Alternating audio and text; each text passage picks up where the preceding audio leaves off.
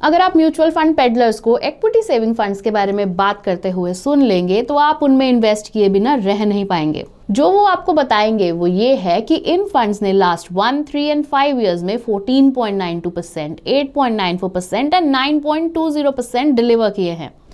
वो अपने पोर्टफोलियो का लगभग 2/3 डेट और आर्बिट्राज में इन्वेस्ट करते हैं, इसीलिए ये प्योर इक्विटी फंड्स के कंपैरिजन में रिलेटिवली सेफर हैं। लेकिन उन पर इक्विटी जैसा टैक्स नहीं लगता, इसलिए जहां डेट फंड्स पर स्लैब रेट के अकॉर्डिंग टैक्स लगाया जा रहा है, ये एक बेटर ऑप्शन बन जाते हैं। ये सुनकर कौन इन्वेस्ट नहीं करना चाहेगा। इसके अलावा 2023 के यूनियन बजट में डेट फंड्स पर इंडेक्सेशन बेनिफिट को हटाने से इक्विटी सेविंग फंड्स का केस और स्ट्रॉन्ग हो गया। इस रीजन ने इस कैटेगरी में हायर इनफ्लोज भी कंट्रीब्यूट किया। तो क्या इक्विटी सेविंग फंड सच में इतना अच्छा ऑप्शन है जितना बताया जाता है? Hello and welcome to ET money Hindi. आज हम इक्विटी सेविंग फंड्स के बारे में बात करेंगे और जानेंगे कि क्या वो डेट फंड्स को सब्स्टिट्यूट कर सकते हैं। लेकिन स्टार्ट करने से पहले क्या आप जानते हैं कि YouTube पर हमारा एक इंग्लिश चैनल भी है जहां आप हमारे सभी वीडियोस इंग्लिश में देख सकते हैं। हमारा एक चैनल 5 मिनट फाइनेंस भी है जो न्यू इन्वेस्टर्स के लिए बेनिफिशियल है। आपको इन चैनल्स के लिंक्स डिस्क्रिप्शन में मिल जाएंगे। आइए हमारे एनालिसिस के साथ स्टार्ट करते हैं, लेकिन उससे पहले आपको इक्विटी सेविंग्स फंड का एक क्विक ओवरव्यू देते हैं।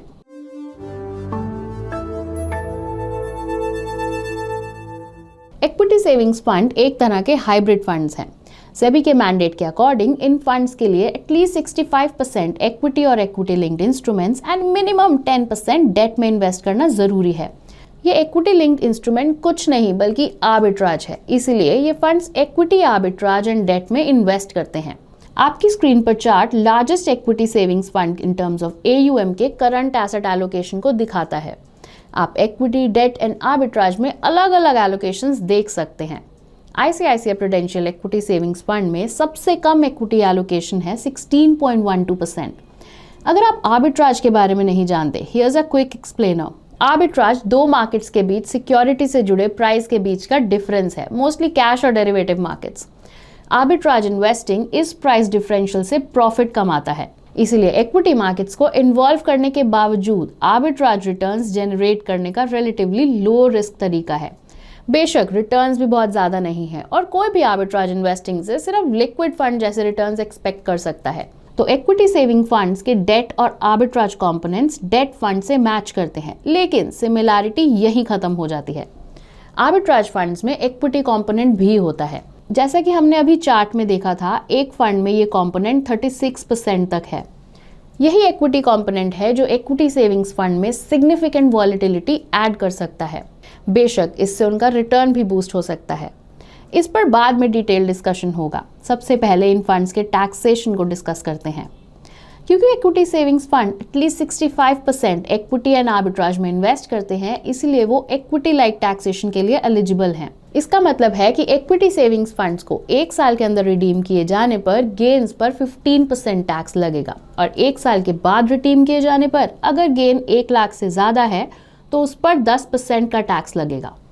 इसलिए अगर कोई 20% या 30% टैक्स स्लैब में हो तो equity savings funds debt funds के कंपैरिजन में ज्यादा अपीलिंग लगते हैं। आफ्टर ऑल डेट फंड्स में गेन्स पर टैक्स स्लैब के अकॉर्डिंग 20% या 30% टैक्स लगाया जाएगा। तो equity savings funds decent 8 to 9% returns, debt and arbitrage की सेफ्टी और इक्विटी लाइक टैक्सेशन की वजह से प्रॉमिसिंग है। और अगर स्टॉक मार्केट बुल फेज में है, जैसा कि लास्ट 1 ईयर से दिख रहा है, तो ज्यादा रिटर्न्स मिलने पर किसे प्रॉब्लम हो सकती है? या is all this too good to be true? That's what we'll analyse now.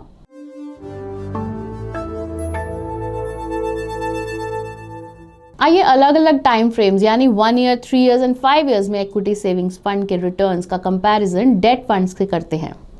हम डेट फंड्स के लिए 3 कैटेगरीज को कंसिडर करेंगे: money market funds, short duration funds and medium duration funds. SEBI के मैंडेट के अकॉर्डिंग मनी मार्केट्स फंड के पास 1 year तक की मैच्योरिटीज वाले बॉन्ड्स होते हैं, इसीलिए हम 1 ईयर के रिटर्न्स को कंपेयर करने के लिए उन्हें यूज करेंगे। इसी तरह short duration and medium duration funds 3 and 5 year returns को कंपेयर करने के लिए अप्रोप्रिएट हैं। रिटर्न्स के लिए हमने एवरेज रोलिंग रिटर्न्स को देखा।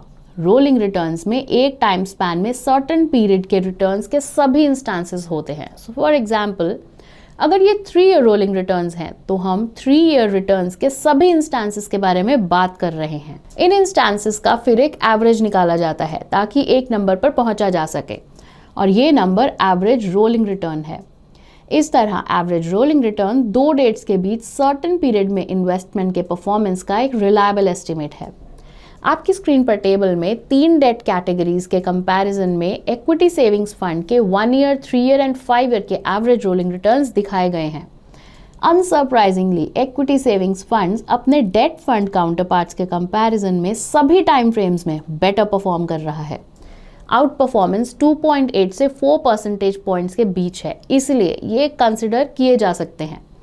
हालांकि ये कंप्लीट स्टोरी नहीं है। जैसा कि मैंने पहले हिंट दिया था, इस परफॉर्मेंस का एक कॉस्ट हो सकता है, क्योंकि डेट फंड्स के कंपैरिजन में इक्विटी सेविंग्स फंड ज़्यादा वॉलेटाइल होंगे। आइए अब इक्विटी सेविंग्स फंड्स के साथ जुड़े हुए रिस्क को देखते हैं।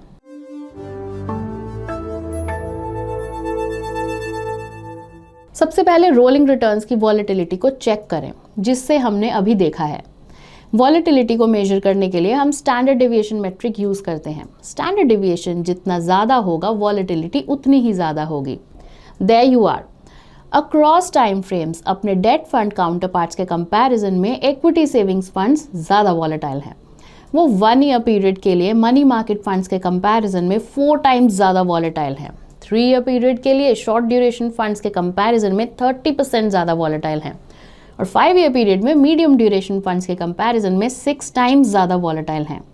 इसलिए भले ही वो हायर रिटर्न्स जनरेट करते हैं, इन रिटर्न्स में हैवी वॉलेटिलिटी भी होती है। आइए दूसरे डेटा पॉइंट को चेक करते हैं। बट वेट, क्योंकि हमने अभी वॉलेटिलिटी पर बात की है, I am reminded of the volatility और the risk that life in general has. और इसके लिए adequate life and health insurance लेने के अलावा बेहतर तरीका क्या हो सकता है? ईटी मनी ऐप पर आप हाईली कंपेटिटिव प्राइसेस पर इंश्योरेंस एंड 1 करोड़ तक का हेल्थ इंश्योरेंस बाय कर सकते हैं, और वो भी कन्वीनियंटली, तो इसे ज़रूर चेक करें। ओके, अब उस डेटा पॉइंट पर बात करते हैं जिसके बारे में हमने बताया था। अगर हम शॉर्ट टाइम स्पैन्स में इक्विटी सेविंग्स फंड्स के वर्स्ट रिटर्न्स को देखते हैं और उनको डेट कैटेगरी से कंपेयर करते हैं, तो हमें रिस्क की एक क्लियर पिक्चर मिलती है।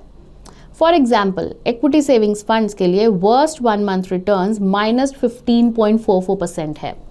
भले ही आप होल्डिंग पीरियड 1 ईयर बढ़ा दें, वर्स्ट रिटर्न्स 10.45% पर नेगेटिव ही रहेगा। इनका कंपैरिजन 3 डेट फंड कैटेगरीज के वर्स्ट रिटर्न से करें। 1 मंथ पीरियड के लिए वर्स्ट रिटर्न्स -0.71%, -1.95% एंड -4.61% है। जैसे जैसे होल्डिंग पीरियड बढ़ता है, ये वर्स्ट आउटकम्स कम हो जाते हैं। 1 ईयर पीरियड के लिए 3 डेट कैटेगरीज में से किसी ने भी नेगेटिव नंबर नहीं दिया है, और इन्वेस्टर्स अपने डेट इन्वेस्टमेंट से यही एक्सपेक्ट करते हैं। इस डेटा को देखने का एक और तरीका शॉर्ट टाइम स्पैन्स में नेगेटिव रिटर्न्स के इंस्टांसेस के परसेंटेजेस को चेक करना है। शॉर्ट टाइम पीरियड्स जैसे 1 वीक, 1 मंथ और यहाँ तक कि 3 मंथ्स के लिए इक्विटी सेविंग फंड से नेगेटिव रिटर्न्स की बहुत ज़्यादा प्रोबेबिलिटी है। On the other hand, 3 debt categories बहुत अच्छा परफॉर्म करती हैं। उनमें से सबसे नोटेबल मनी मार्केट फंड्स हैं, जिन्होंने 1 मंथ पीरियड के लिए भी नेगेटिव रिटर्न्स नहीं दिए हैं। और जैसे ही होल्डिंग पीरियड 1 ईयर तक बढ़ जाता है, तीनों डेट कैटेगरीज में से किसी ने भी पैसा नहीं डुबाया है। लेकिन इक्विटी सेविंग्स फंड के मामले में 6% केसेस में रिटर्न्स नेगेटिव हैं। ये सभी डेटा पॉइंट्स प्रूव करते हैं कि इक्विटी सेविंग फंड्स बहुत ज़्यादा वॉलेटाइल हो सकते हैं, और शॉर्ट पीरियड्स में इनमें पैसा डूब भी सकता है। इसीलिए अगर इक्विटी सेविंग्स फंड्स में इन्वेस्ट करते समय आपके मन में डेट फंड लाइक परफॉर्मेंस है, तो आपको अनप्लेजेंट सरप्राइजेस मिल सकते हैं। इस तरह इक्विटी सेविंग फंड्स को डेट फंड्स के सब्स्टिट्यूट की तरह ना देखना ही बेटर है। फिर वो कहाँ फिट बैठते हैं और उनमें किसे इन्वेस्ट करना चाहिए? आइए अब इन सवालों के जवाब देते हैं।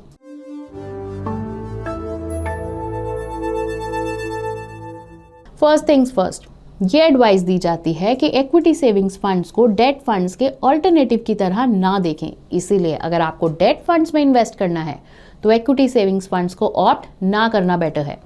एक्चुअली इक्विटी सेविंग्स फंड्स को किसी दूसरे प्रोडक्ट के सब्स्टिट्यूट की तरह नहीं, बल्कि उसे इंडिविजुअल प्रोडक्ट की तरह देखना बेटर है।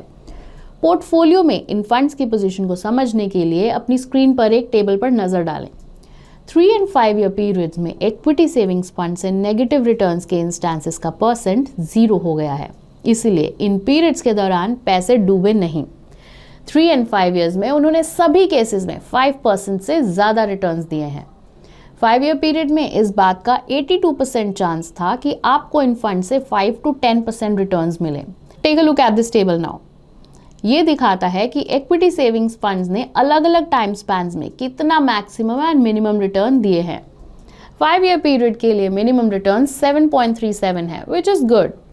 ये डेटा पॉइंट्स बताते हैं कि इक्विटी सेविंग्स फंड्स के लिए होल्डिंग पीरियड एटलीस्ट 3 years होना चाहिए। ये इन फंड्स को 3 to 5 years के मीडियम टर्म में इन्वेस्टमेंट के लिए अच्छा बनाता है। इसीलिए अगर आपके पास एटलीस्ट 5 years का इन्वेस्टमेंट हराइजन नहीं है, जो कि इक्विटी में इन्वेस्ट करने के लिए ज़रूरी है, लेकिन आप एटलीस्ट 3 से 5 years तक इन्वेस्ट करके रख सकते हैं, तो इक्विटी सेविंग्स फंड्स एक अच्छा ऑप्शन हो सकता है। इन अदर वर्ड्स, इन फंड्स को debt funds and pure equity funds के बीच प्लेस किया जाता है। लेकिन इनमें किसे इन्वेस्ट करना चाहिए? जैसा कि मैंने कहा, ये फंड सिर्फ उन लोगों के लिए है जिनके पास मीडियम टर्म होराइजन है। फॉर एग्जाम्पल, आप घर के डाउन पेमेंट के लिए सेविंग कर रहे होंगे, या आप अपनी कार को अपग्रेड करने या न्यू बिजनेस शुरू करने के बारे में सोच रहे हों। अगर ये गोल्स 3 to 5 years दूर हैं, तो आप उनके लिए इक्विटी सेविंग्स फंड कंसिडर कर सकते हैं। लेकिन आप में इन फंड्स की हायर वॉलेटिलिटी को टॉलरेट करने की एबिलिटी और विलिंगनेस होनी चाहिए। अगर आप चाहते हैं कि आपका इन्वेस्टमेंट वॉलेटाइल ना हो, तो इक्विटी सेविंग फंड से दूर रहना और डेट फंड्स या किसी और सेफर एवेन्यू को चूज करना बेटर ऑप्शन होगा। अगर इक्विटी सेविंग्स फंड्स में वॉलेटिलिटी आपको लॉस में सेल आउट करने के लिए मजबूर कर देती है, तो ये फिक्स्ड इनकम एवेन्यूज के साथ हायर टैक्स आउटगो से ज़्यादा कॉस्टली हो सकता है। ऑल इन ऑल, अपनी रिक्वायरमेंट्स और रिस्क एपेटाइट को असेस करें और वही करें जो आपके लिए अच्छा है। And that's all I had for you today. उम्मीद है कि आपने इस एनालिसिस को लाइक किया होगा। अगर ऐसा है तो लाइक, शेयर एंड कमेंट करना ना भूलें। Mutual fund investments are subject to market risks. Read all scheme related documents carefully.